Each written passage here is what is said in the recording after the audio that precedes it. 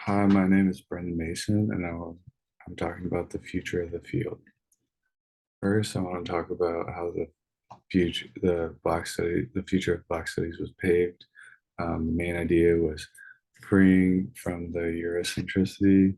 Um, this is a big point because a lot of values were stripped, um, and society became a lot different.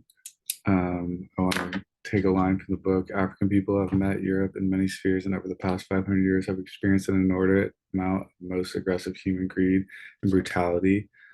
This refers to um, ethics, human relationships, and values all being stripped.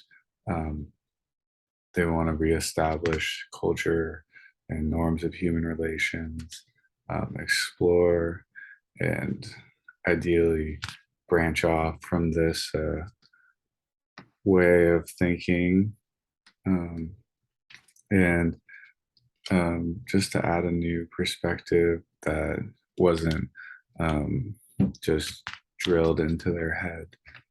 Um, Struggles, as I talked about, Eurocentricity was shaping the way for a lot of culture and human relations.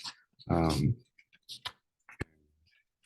yeah, and now when we see um, college studies, things we learn in school, a lot of these people um, did horrible things such as owning slaves and oppressing African Americans, and they're still um, taught in schools and learned about. And this is a double standard because if it was the other way around, these things would most likely not be taught.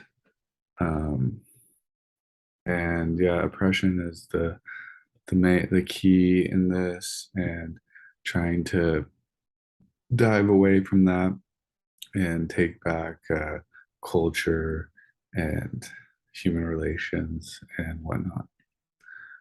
Um, the main idea of growth is obviously building up um, this study and looking deeper into it. A lot of There's been a lot of people that have contributed to this. Sante being one of them that is talked throughout our book, and he gives a lot of good insight about um, breaking off from this idea and um, giving new thoughts.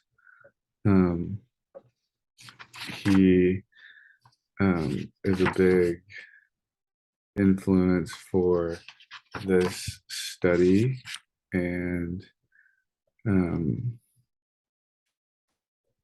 going on to the um, talking about graduate training, targeted professional development.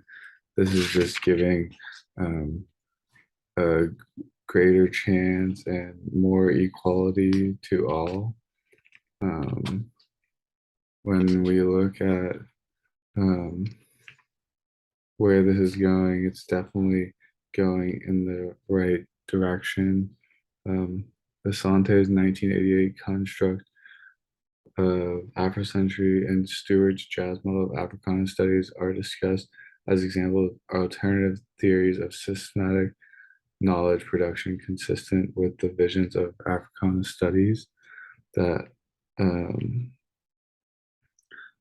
this allows researchers to integrate data methods in ways that enable new types of analysis and modeling. Um, it's just overall a new way of looking at things, new insights, and implementing policies um, that are really giving growth, um, as well as recognizing the past, talking about it, analyzing. These are all big things that are driving this study forward. Um,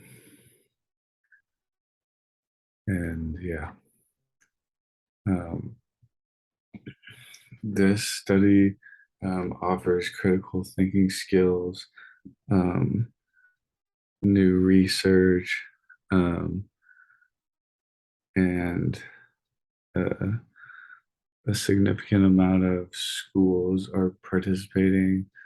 361 colleges have Black studies, and it's definitely growing and maturing. Um, and like I said, it's to preserve culture and traditions. Um, there's a quote from the book that said, I hope that a similar recognition that the problem of the 21st century is still the problem of colorline will inspire a new generation of Africana study researchers to follow in Du Bois' footsteps. Um, as we all know, there's still a big color barrier, and this is helping. The more people learn and the more knowledge people have, the better things will get. Um, and I believe that this class has given me a lot of new insights. Um, it's helped educate me more. And when people are more educated, things run a lot more smoothly and we go in the right direction. Um, that is just necessary. And um,